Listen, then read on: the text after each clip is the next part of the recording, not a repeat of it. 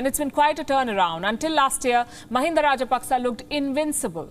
His grip on power was absolute. He controlled the parliament. His family controlled 75% of the country's budget.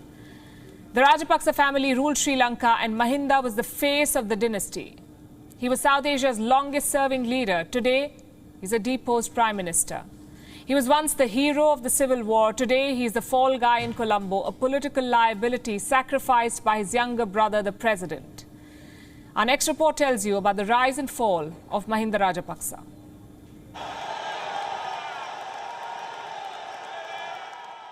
Mahinda Rajapaksa once described himself as a rebel with a cause. He belongs to a political dynasty, but his brand of politics is hardly that of a dynast. Rajapaksa has the reputation of a street fighter. He entered parliament in 1970 when he was just 24. He became Sri Lanka's youngest ever parliamentarian. Rajapaksa had won from Hambantota, the same region that his father, Da Rajapaksa, had represented. It was a good start, but his big break came 3 decades later. In 2015, Mahinda became the president, starting a decade-long reign. His presidency lasted till 2015 and oversaw one of the bloodiest wars in modern history.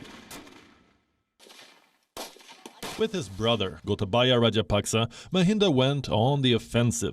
Rajapaksa crushed the Tamil Tigers, the group his predecessors failed to tame.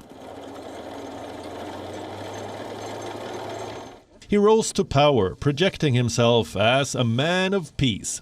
But as president, he ended the peace process. Mahinda's ruthless streak defined his political career. With his brother, Gotabaya, Mahinda went on the offensive. By 2009, the LTTE was defeated.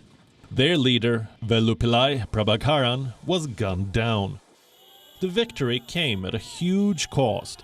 Going by one United Nations estimate, 40,000 Tamils died in the final offensive.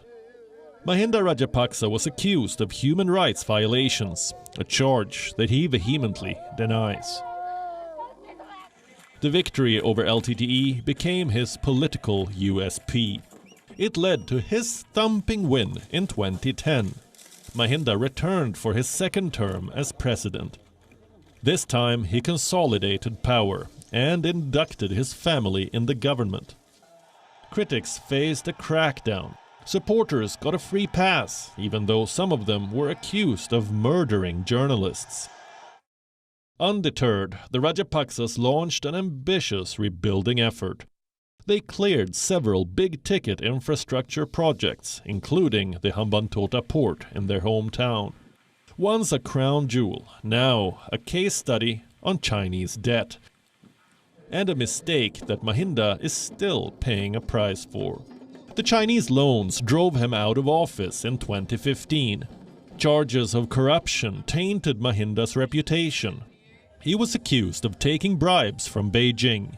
Nothing could be proven, but Mahinda lost his political capital. 4 years later, the Rajapaksas made a comeback.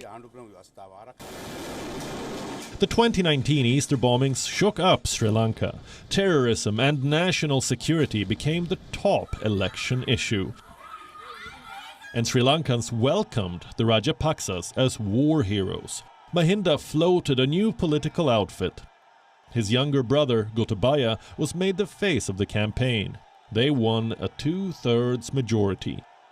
In 2019, the Rajapaksas returned to power.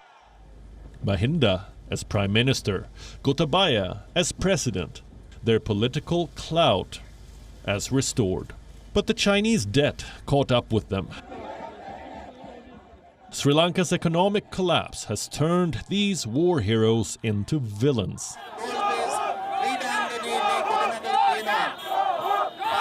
Mahinda is out of power again, and the future of the political dynasty he built looks uncertain. WION is now available in your country. Download the app now and get all the news on the move.